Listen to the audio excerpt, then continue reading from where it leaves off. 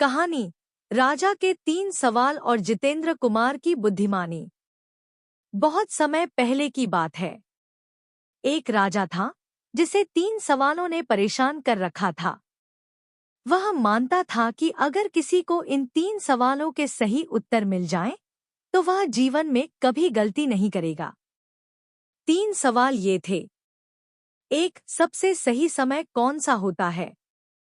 2. सबसे जरूरी व्यक्ति कौन होता है?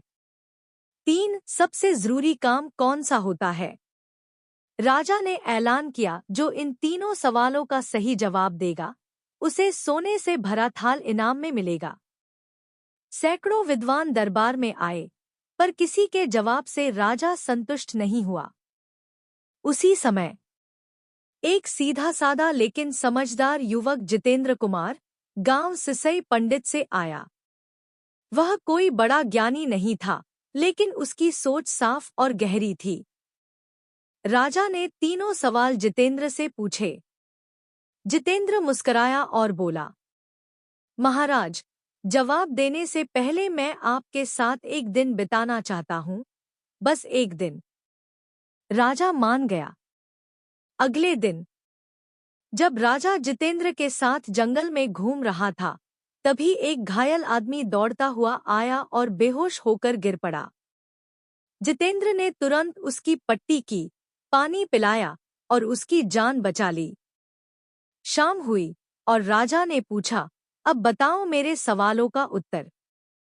जितेंद्र मुस्कुराया और कहा, महाराज, सबसे सही समय अभी होता है, क्योंकि हम जो करते हैं वही हमारे भविष्य को बदलता है।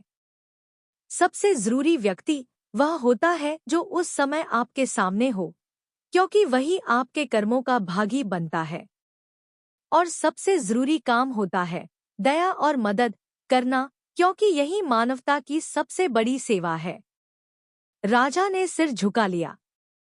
वह समझ गया कि असली ज्ञान किताबों या बड़े विद्वानों में नहीं, बल्कि व्यवहार और सच्चे दिल में होता है। वह जितेंद्र कुमार को अपना सलाहकार बना लेता है। सीख: बुद्धिमत्ता हमेशा शब्दों में नहीं होती, कभी-कभी एक सच्चे कर्म में भी ज्ञान छुपा होता है। जितेंद्र कुमार ने यह साबित कर दिया।